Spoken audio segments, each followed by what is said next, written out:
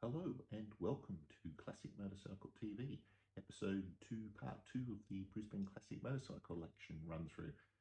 Today we've got for you some Hondas and some Kawasaki's. And for those of you who've got the hyperactive swiping digit, you can fast forward to the bike you want to look at. I've listed in the description the order of appearance, so you can get to the bike you want to see, come back to the others later on. I've got this Sundat to get running. Make an appearance later on in another episode. So in the meantime, while I'm working on this, enjoy Classic Motorcycle TV.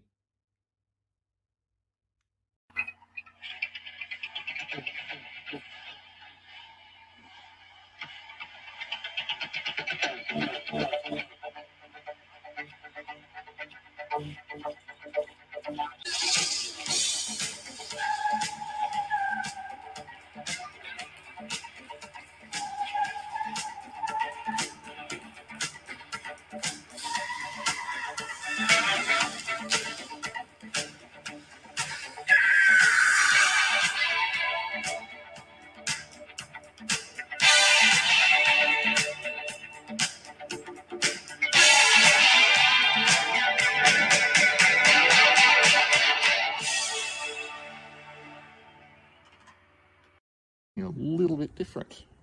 Going to channel your inner Freddie Spencer. This is a Honda NSR 250 MC21.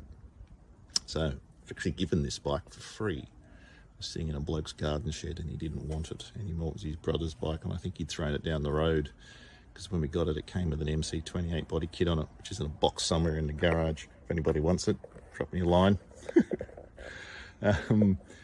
So it's now got a Chinese body kit on it, genuine MC21 kit. Genuine MC21 style kit, but it is from a factory in China. But it's amazing the quality now, the Chinese body kits, because of course all the original parts are all rubbish, falling apart. It's been a while. It took a while to collect all the seat pads and everything like that and get all the road gear sorted, but it had a pretty much top end rebuild when I bought it, and an new oil pump stuff put in. But I've just been collecting box bits along the way. You can see it's an import, as you can tell by the stamp on the frame, if anyone's got eagle eyes, because I didn't come to Australia for road purposes. But it goes like a scalded cat. Beautiful bike. It's great fun to ride and reasonably sized for a little 250. And the size of the brakes, I'm going to show you the size of the disc brakes. They are massive for a bike that weighs next to nothing. I've knackered myself many a time pulling the brakes on this thing, forgetting what it's like, and up peeling my nose off the dashboard. Speaking of dashboard, let's have a quick look. See if we can get around so you can have a look at the dash. Again, all analog. Lovely big tack in the middle there, and you can see across to the side it's only got 12,000 k's on it, genuine 12,000. Although you always have to be a bit careful, trap for young players if you're buying one of these, is that the speedo drive, which is down here, it's made of plastic, it tends to shear. So all NSR 250s seem to have low kilometres on them. Well, that's what I'd heard anyway. Yes, headlight doesn't light much up. It's not really a bike for night. But there you go, Honda NSR 250.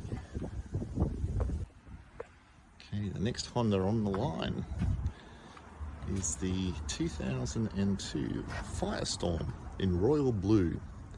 Now this is one of my favourites. This bike is an awesome piece of machinery.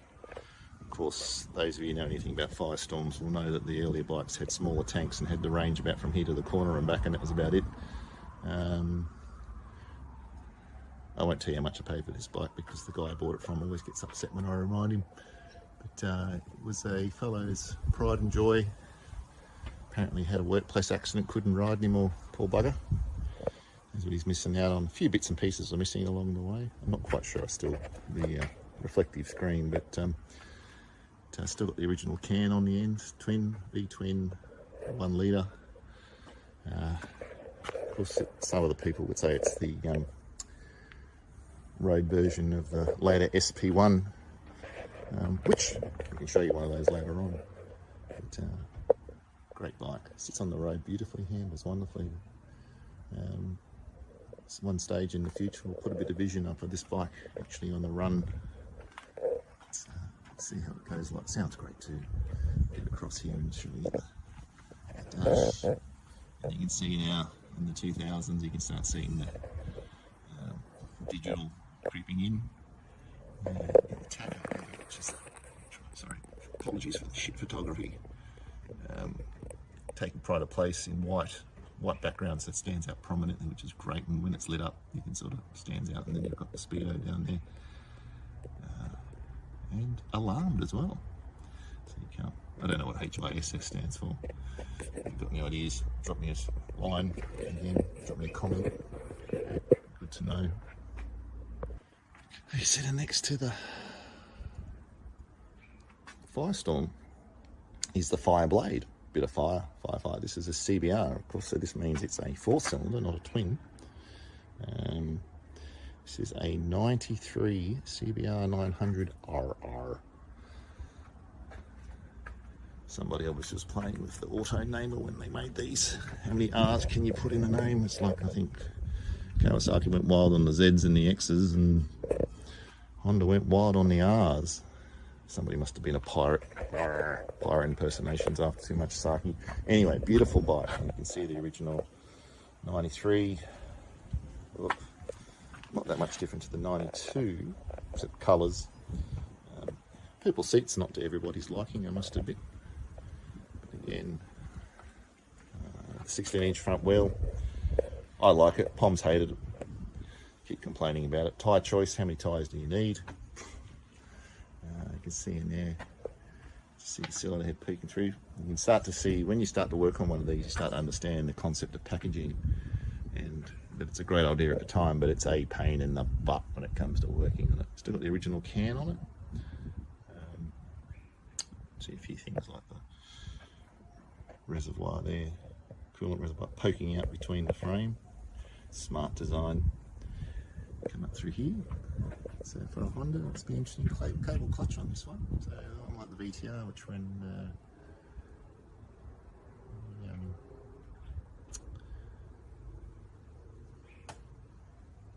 hydraulic clutch.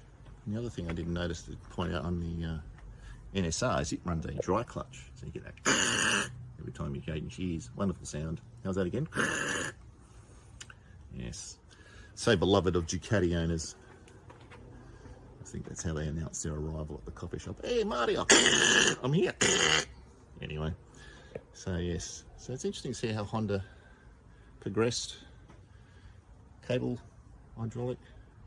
And when we get to Kawasaki, you'll see they never moved away from cable. Some would argue it's a safer thing, lighter thing, I don't know. Again, you have a look at the dash in there. For those who've never seen a CBR 900 5-way dash before, in to have full prominence, not that dissimilar to the NSR. Given that they're a similar age, it probably is from the same parts bin, should remember that. Pretty straightforward. Switch gears pretty straightforward. Not much fuss. Have a look at that compared to what you see on bikes today. Go and walk up to your friendly BMW GS 1100 and have a look at that. You know where to start. That's why old bikes are good for simpler folk like me. So that FireBlade, awesome machine. So that's the end of Honda for the time being. There are more Hondas down the back. We'll get to those later on. Then we've got to K. I've actually jumped a few letters, which I'm going to jump around a bit now. But the first of the Ks we've got here is the Kawasaki KR250. It's a bit of a blind alley. Of course, it's the Kawasaki using their technology from their World Championship winning bikes. Very different to the KR racing bikes, of course. But layout's about the only thing in common, but they are a screamer. So when these were new, so this is an A1 1984, when these came out, they were everywhere. And if you look on YouTube for 250 production racing from the early to mid 80s, you'll see fields of these things, 20, 30 of the bloody things. And then you wonder where they all went. Well, of course, they all blew up. I think people treated them very well. But they're starting to come out of the woodwork now. You'll start to see bits. People have got two or three, seem to have 2 or 3 of them in the garage, never one. And you'll notice later on that we have 2. It's interesting, you'll notice in Australia, most of them had this layout in relation to the rear view mirror. The rear view mirror did not mount on the dash, on the handlebar, sorry. And so when you actually have a look at a lot of the pictures and a lot of the plastic models and stuff, they're able to say that all have the mirrors coming off the handlebars. So there's a little bit of difference. Other thing very unique to the A1 is the indicators. These wonderful little piece of design here. Triangle front and back. We'll come down the back here and have a look as well. There you go.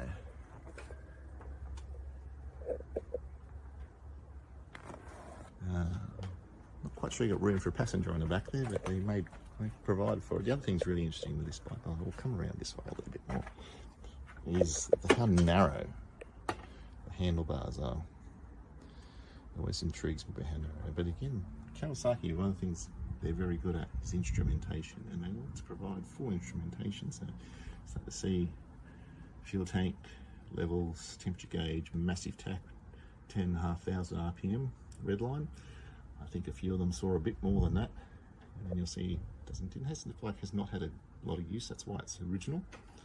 It's not been restored. Same as the CBR, same as the FireBlade actually. Very familiar switchgear. For anybody who's used to riding Kawasaki's, they'll recognise that from about every model around this time. And the other classic of this is the asymmetric exhaust pipes. You'll see there. Of course, people familiar with H1s, H2s from the mid-70s will know that they love their exhaust pipes and doing strange things with them. And the other, I'll show you a piece of interesting engineering here is the carburetors. Sit on the side, one side, then and feed into the cylinders from this side. Fuel taps on the other side, which makes a very intriguing routing of the fuel pipes. And a huge clutch and a relatively large kickstart, even though it's kicks over with about one finger. And just a reminder about where you put your radiator fluid, in case you forgot. The KR250. So now we're jumping back in time. So never promised you to have them in chronological order, but I've got the 1974 Z1A. All chrome in size, beef. This bike came to us as a restored bike, freshly restored, several years ago. So I won't tell you how much I paid for it. Hate me. It's got the 4x4 pipes on them. As I said, Kawasaki love their exhaust pipes and doing fancy things with them. Lots of chrome, bitch to keep clean. It's a beautiful bike, big bike. But what's really interesting when you have a look at the Z1A or the Z1 is how low to the ground they actually are. All Mad Max. I am the toll cutter. For those of you who don't know what I'm talking about, you'll need to go and watch the Mad Max movie, which features these and the R's, the Z1Rs. Very simple instrumentation back in the days of analog. No particular preference between turbo and speedo. And simple switches as well. The original mirrors. They're pretty useless because they turn inside the plastic rather than moving on the stalk. But anyway, given the amount of kilometres it does, it's not really an issue. Z1A.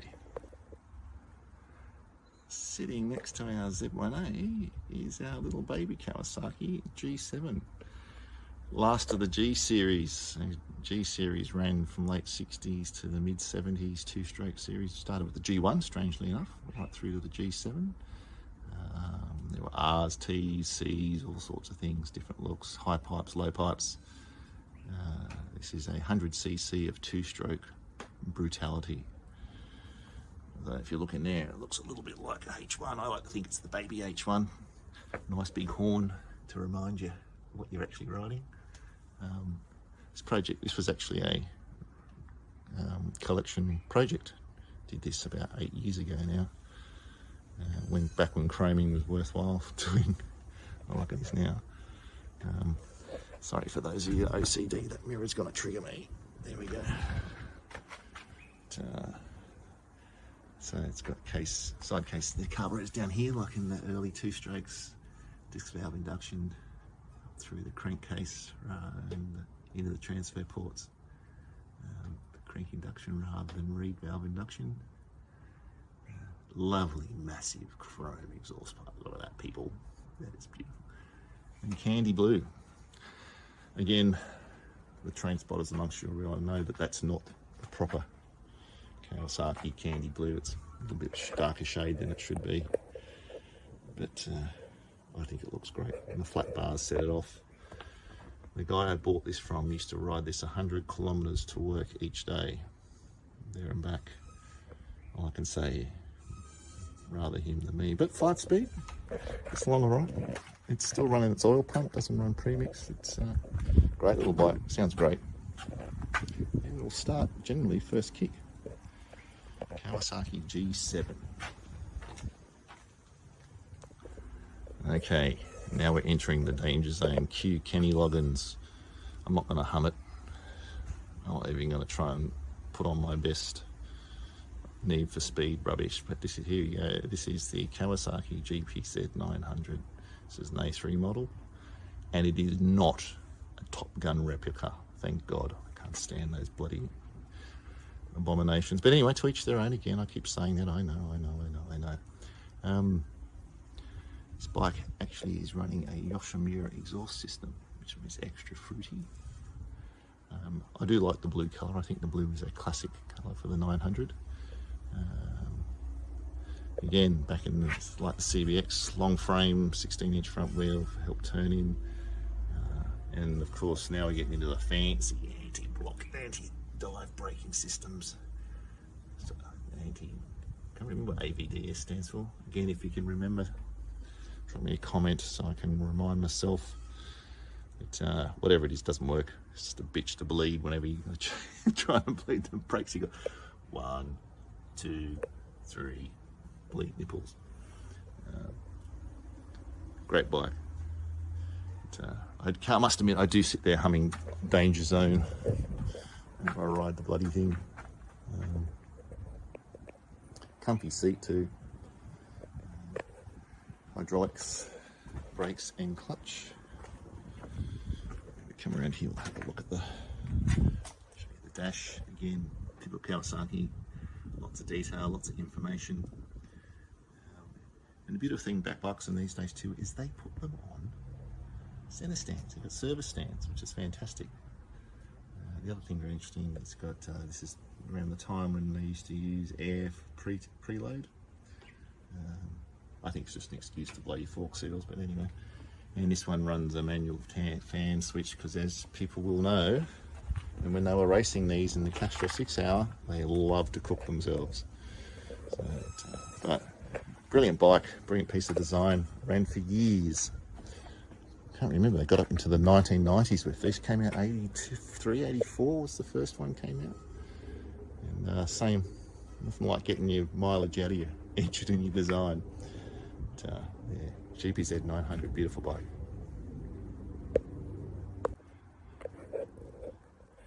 So next to our GPZ 900 is a GPZ 750.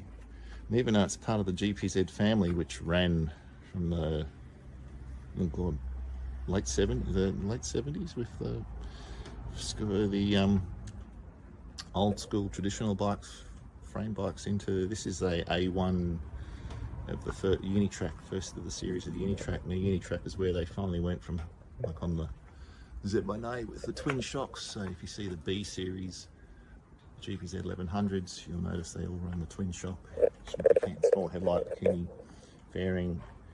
And then in '83 they came up with this idea, complete redesign. So this is 750, also came out in the 1100 model. Eventually had fuel injection on it, but not my idea of fun. Carburetors are bad enough. But a very different bike to the 900. 8 valve, 16 valve engine. Similar look though, you can sort of, if you look at the styling, it's a bit of a styling similarity. But multi-piece fairings and very different. The paint scheme is pretty cool though. I do like the swoop. It's very nice. Very original, still running the 4-into-2 exhaust system on it. Again, it's another bike that turned up, had a 4-into-1 when I bought it, ran like a pig. Found a 4-into-2 system. Actually makes a world of difference to the way they run. Sometimes I don't know why people think they know better, but anyway. I've had the tank resprayed recently, which again looks magnificent. And here's a beautiful thing. So here again, everyone's coming up with new ideas, digital ideas. This is the actual fuel tank level sensor. So again, you get a little digital reading coming across here when the ignition's on. Tell your side stand switch, oil and battery. Again, it's one of the people who know bikes from this era know that they have a battery condition sensor in them, which is just an excuse to trigger a warning light because they never work. It basically was meant to, if your battery was electrolyte level was not where it should have been, it's a little sensor that sticks down through one of the caps and comes up here and tells you you've got a problem. Most people just ignore them because you always seem to have a problem. Again, back in the era before we had compulsory running lights, still a light switch.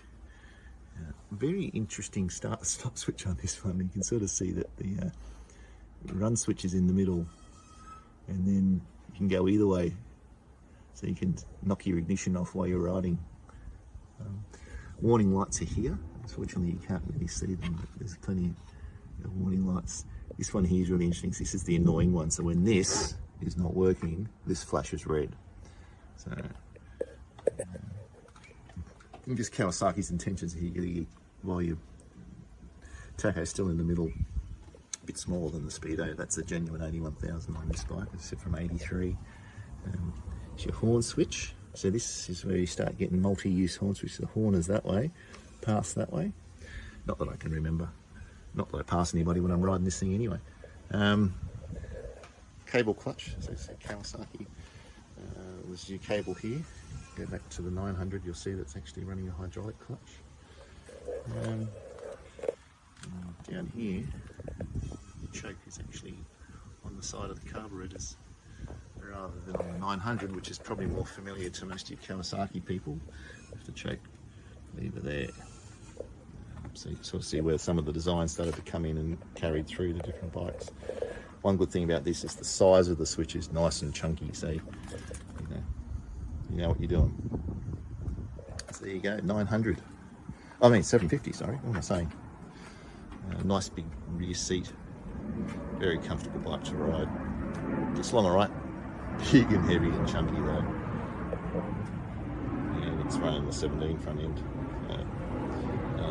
16 GPZ 750.